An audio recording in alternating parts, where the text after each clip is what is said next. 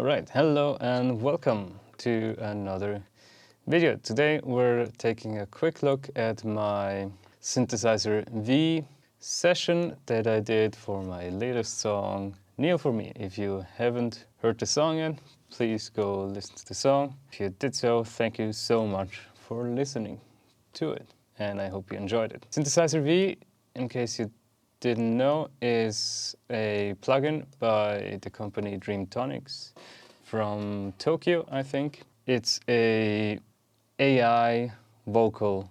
It's just like a MIDI instrument. You load it into your DAW, into your MIDI sequencer, and open it up, and you get this window, and this is basically like a second little DAW with your piano roll,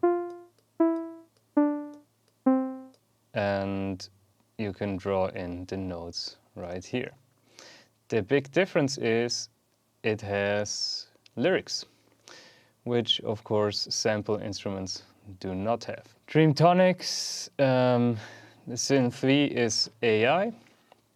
It's powered by artificial intelligence, and the vocalists they use to train their algorithms, they get paid fairly, and they of course consented to having their voices being used in this plugin. There are other software developers.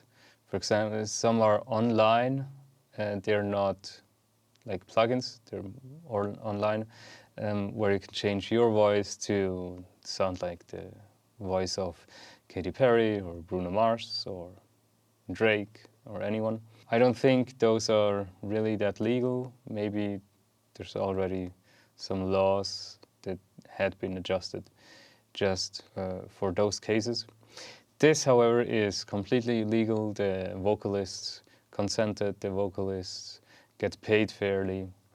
But now that I bought this product, I can use it in whatever fashion I want.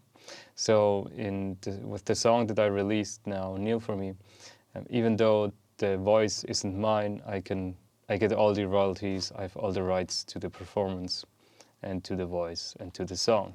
I've got several voice banks here: Hayden, 90, Sheena, Asterian, Solaria. 3 are male, 3 are female voices. These are all different vocalists that trained the AI with Dreamtonics. This is the main session that I made for Kneel For Me.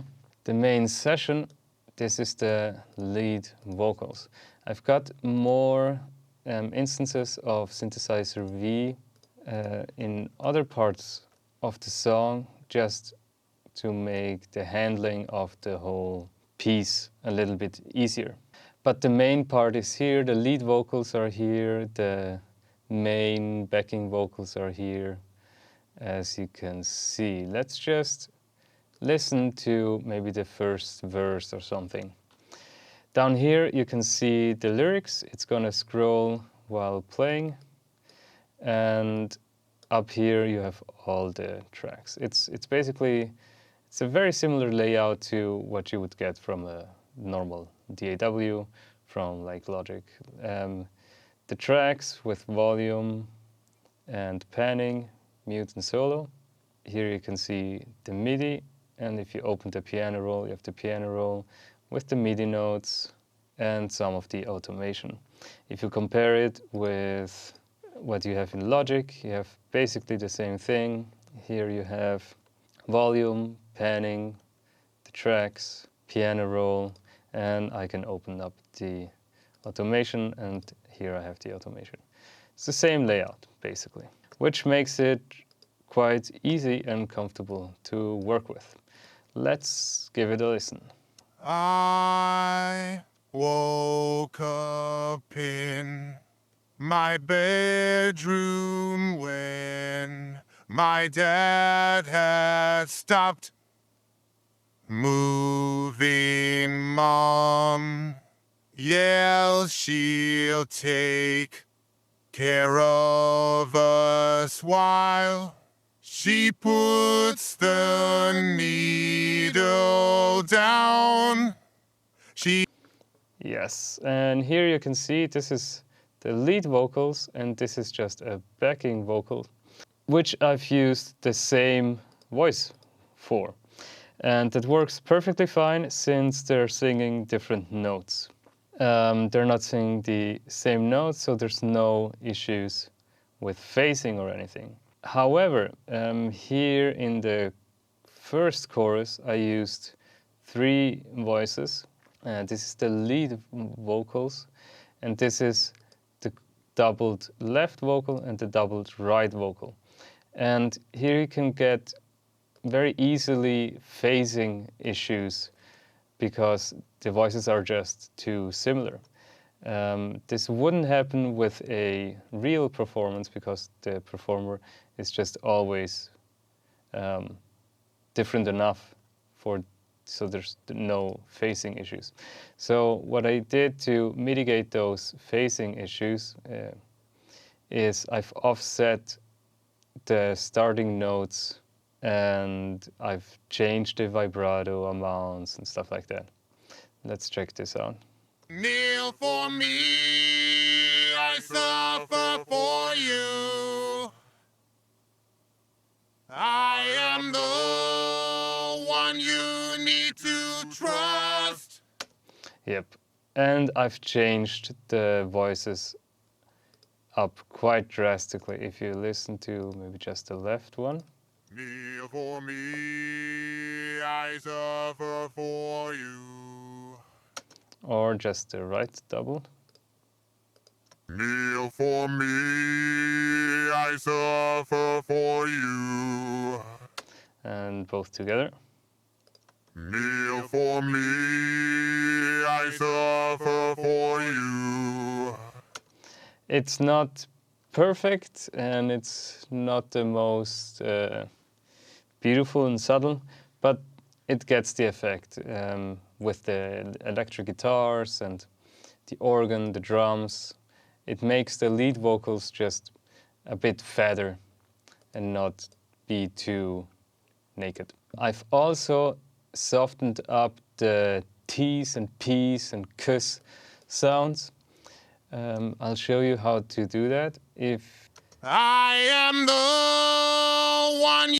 here's the D, and if I go in here and right here, you can see the D, which is a soft T, but the trust has got 2. It's got T, T, and the S. Let's listen to just trust. Trust, to trust. Okay, now I can soften the S, for example. I change the duration and the T and the strength. Do it over here. And now we'll let it render. And let's listen back. To trust, to trust. Doesn't sound natural anymore. For a backing vocal, that might be very useful because the T's and those hard consonants, they tend to stack up when you use them on backing vocals. But here for the lead vocals, you want some nice and clear pronunciation. Which if you soften it up too much, you of course will lose. Let's just keep these at normal levels for now. This is one way you can adjust the performance. Another way in which you can control the performance is in the automation down here. You have all these different options, the bass parameters. Pitch deviation, vibrato, loudness, tension, breathiness, voicing, gender, tone shift, rep, intonation. And you have the vocal modes, which is those are harder changes to the voice. Solid, overdrive, muted. And within the vocal modes, they're not the same for every voice. So 9-0 is more of a rock vocalist, so you have solid, overdrive, and muted. But if you go to, for example, Solaria, you get very different options. in the vocal modes: clear, soft, airy, power, passionate, solid, and light. She's a very different singer. She's more of a pop, soul, maybe musical singer. On Asterion, he's a bit theatrical, I would say. Clear, warm, gentle, strained, and he's very low. He can sing. You can give him a character of like a cigar smoker and rum and whiskey drinker. Open, closed, passionate, theatrical. You have many different options. Basically, what I want to say is that if you didn't like the performance of the vocalist on my track, then blame it on my programming and not on Dreamtonics and Synthesizer V.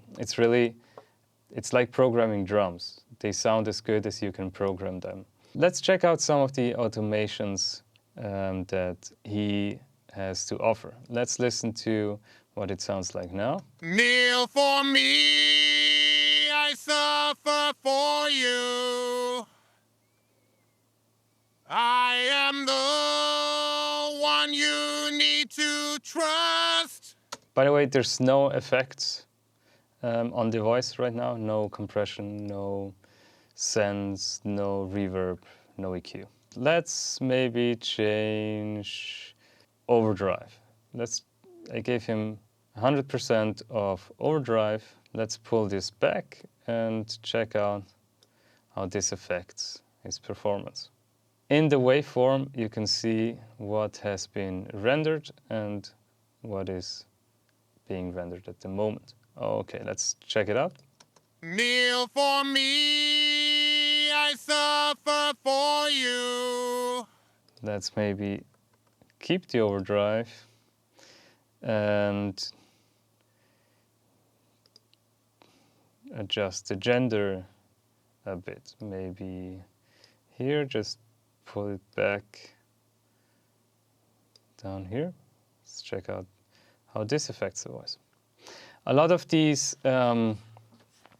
edits here, they're not very clear. Dreamtonics, they did their best to give these automation options logical names, but it's still not 100% clear what they actually do. So the only way to know how they affect the voice is to adjust them, then listen back and readjust them. That is a lot of work because they also cross-affect each other. So if you change the loudness, your overdrive might get affected. And it doesn't make much sense to mute and overdrive the singer at the same time. You can, but maybe it doesn't. The tone shift and the gender, how do they affect each other? Vibrato is quite clear, pitch is quite clear, but the other ones, tension and breathiness, I think, are also two sounds that are in conflict. And yeah, they can be in conflict, but they can also work beautifully together. Okay, we just changed the gender just a bit. Let's check out how this affected the voice. Kneel for me, I suffer for you. Yeah, now he sounds very nasal, even more nasal than he usually sounds. And it kind of reminds me of I don't know, I'm thinking of a witch. Kneel for me, I suffer for you. Not very pleasant, but it's an option. And of course, you don't have to do big adjustments like this. Like, look at these small little adjustments that I did for the real performance. Here's an interesting thing, the HH. This is an exhale, and I can also, if I wanted to, with BR, I can insert and add an inhale. Let's listen to that. Kneel for me, I suffer for you. Okay, this is the inhale. Kneel. I can also lengthen it. Kneel for me. There you go. And I can also lengthen this. I could also just change the note position on these.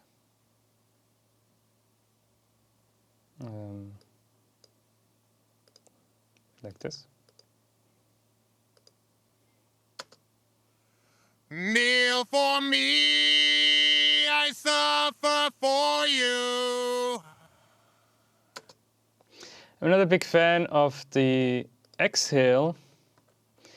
They very quickly don't sound natural at all. But in the original here, as you can see, I put down some. Sometimes they can be nice at the end of a phrase. If you add them, they hold the note longer or something, or the ending gets to be more legato than if you didn't have that breath there.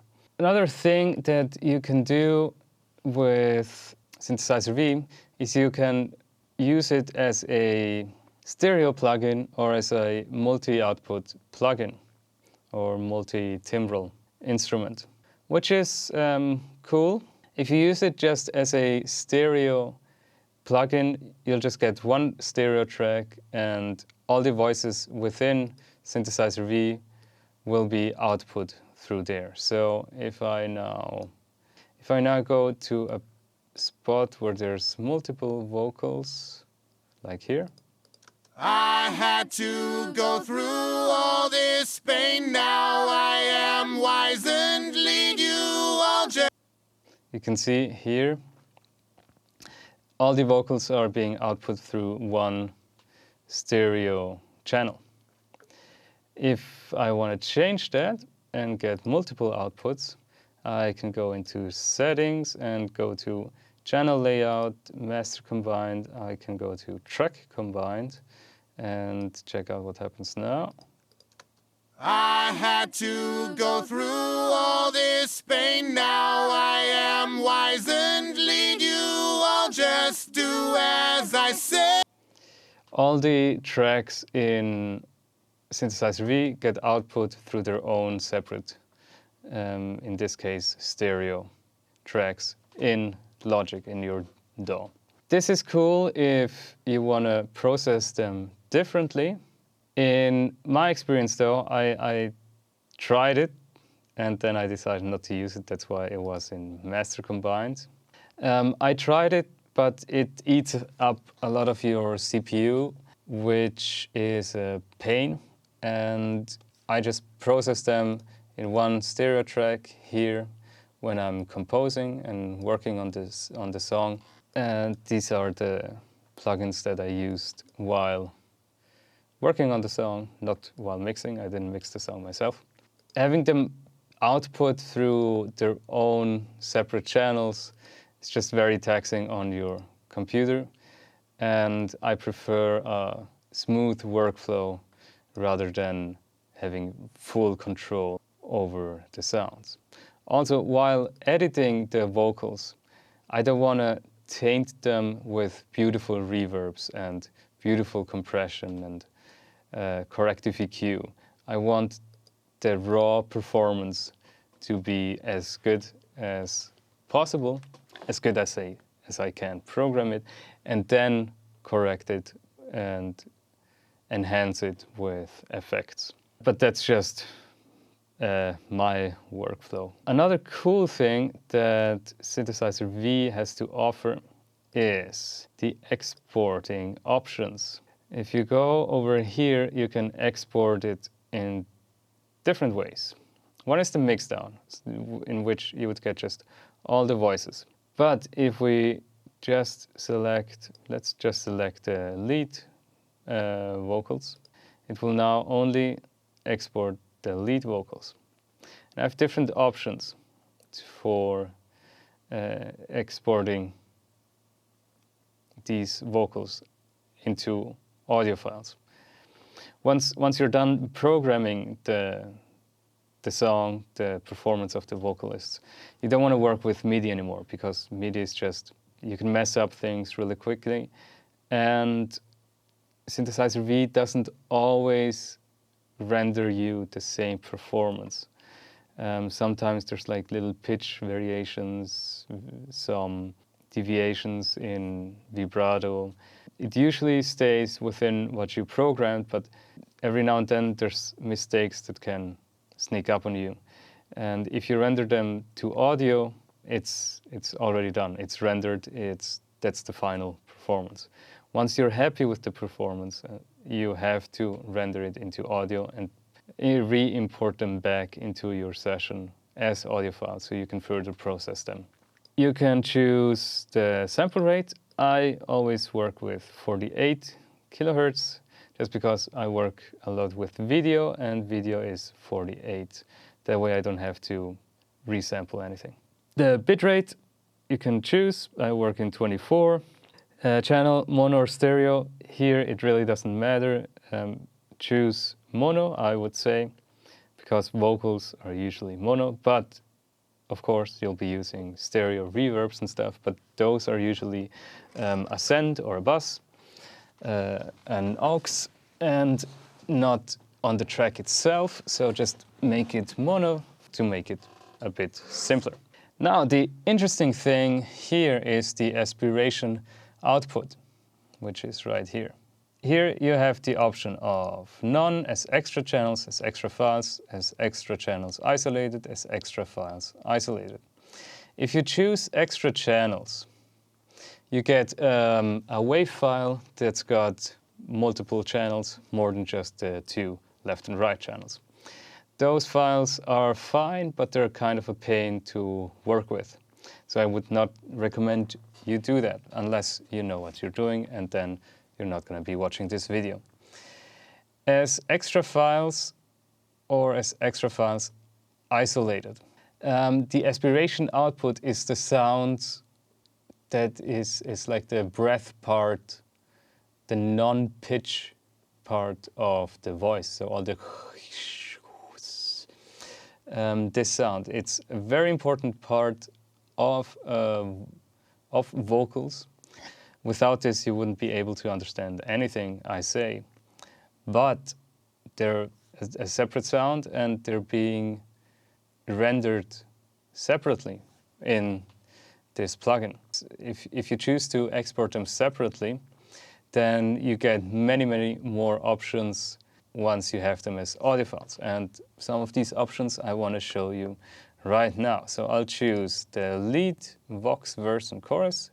That's just one track, mono, 24-bit, 48 kilohertz, and as extra files isolated.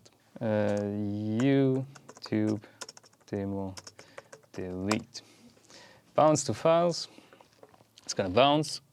Once it's done, 95. Okay. Let's get rid of Synthesizer V, and let's import these two into the session. Create new tracks. And right here, these are the two tracks that I've exported.